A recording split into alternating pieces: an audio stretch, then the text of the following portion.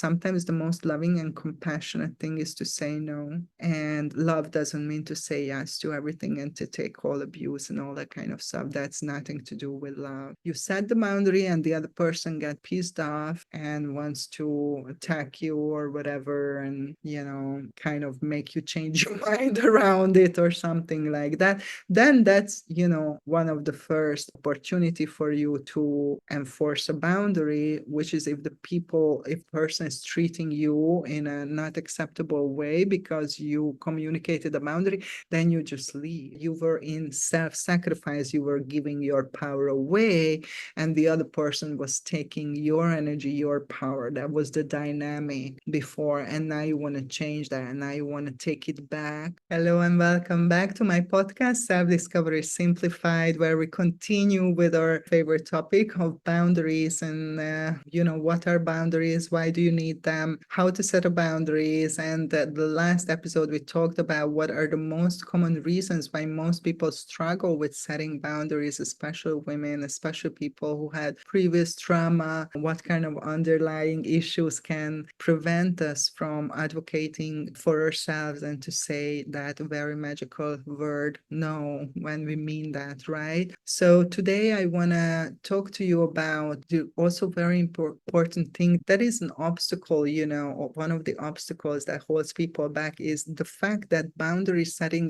goes normally it happens through conflict. Okay, and why is that? And people who are peacekeepers, they struggle with this a lot, because it's hard for them to accept, the reality. And I want you to understand, why things work this way, and then you can accept the situation and you can hopefully, get moving in the right direction. So why is that when you set a boundary is normally it's going to lead to conflict, or it's going to be happen through conflict? So think about boundary like border of a country. Okay, so you are on a country and the other person is another country. You are neighboring country right next, and you have a border between you, right? And then one day you say, okay, I want to push that border more into the other person's territory, and I want to take back that place because that's my territory, right? So basically, when you are setting a boundary, you are energetically moving a line between you and the other person, okay? Like how far the other person can come. When you are setting a boundary, you energetically taking power away from the other person and taking power back to yourself. So you're going to gain power when you set a boundary and you say, okay, this line is here now, and I took back this space because that was my space to begin with. And,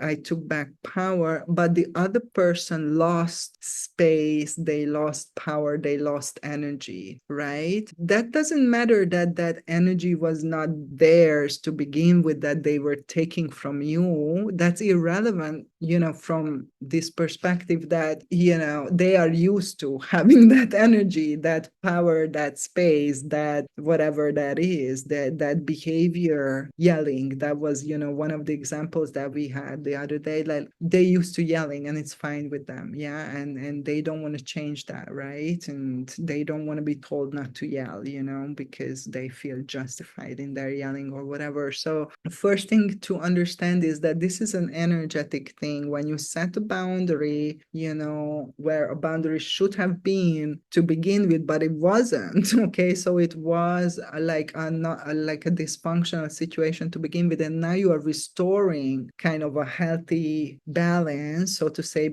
Before you were in self-sacrifice, you were giving your power away, and the other person was taking your energy, your power. That was the dynamic before, and now you want to change that, and now you want to take it back because it belongs to you. Yeah, so that's why I'm saying take it back, and not just take it from the other person. Just take it back because it was you to begin with, and that results to you gaining power and energy and the other person losing in a way. So when you set a boundary, the other person is going to be pissed off. Yeah, in the majority of the cases, 99% of the cases, when if you go to a person who yelled at you your whole life and stuff, off, and now you're going to tell this person that yelling is not okay anymore for you, and I ask you not to yell anymore, and me, they're going to yell at you straight away, probably. I'm like, huh? Like, how dare you? Blah, blah, blah. This is who I am. I am who I am. Like, this was good for you. What's your problem? This is not the worst thing. It could be so much, whatever. So,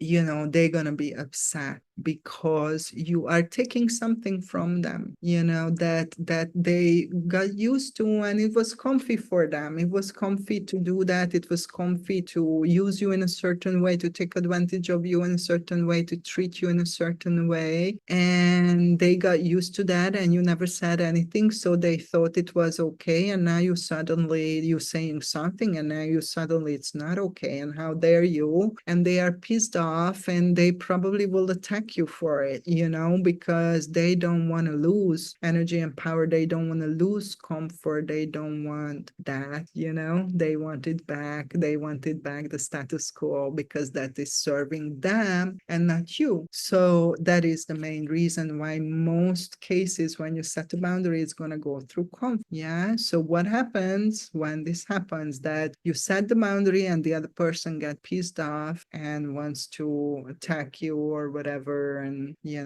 kind of make you change your mind around it or something like that, then that's one of the first opportunity for you to enforce a boundary, which is if person is treating you in a not acceptable way because you communicated a boundary, then you just leave. Yeah. And you practice enforcing the boundary. You are not listening to it. That's the only way you can go through it, because it's like a petulant child that you taking a toy away from a child. That's how it plays out energetically. So they are like throwing a tantrum. And what happens is that if you keep being consistent and say, this is the way it is, this is the way it is, this is where the line is, what happens with children? They will accept, right? And calm down and just go along with it. And that's what happens with adults as well, who behave like a child, when you set a boundary. So the only thing you can do is to stay consistent. So if they are,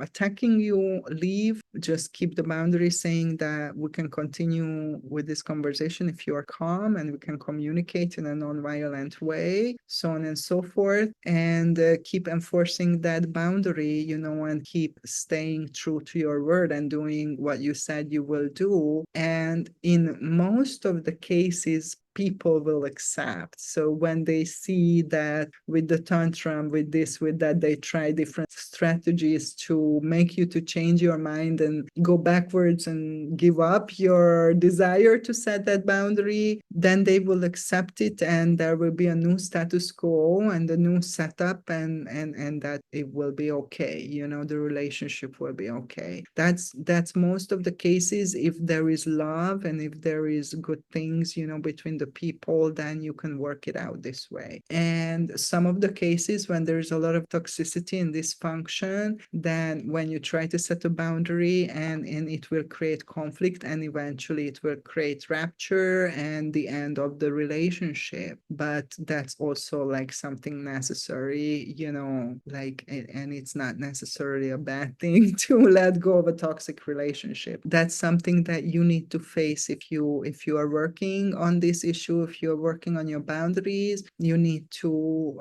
take it into consideration that it's not going to be easy, that the other person not going to like it probably when you're going to set this down, and you're going to communicate this, and probably there's going to be some backlash, and you need to prepare yourself how you're going to respond to these situations, what you're going to do, what you're going to say if this or that or the other thing happens. And you need to keep consistent doing that, what you decided to do, until the other person will calm down and accept the new status quo. Or, if they won't accept, right, then we need to take appropriate steps, because that's what it means. If you don't accept a boundary, that's what a boundary means. That it's like no relationship, right?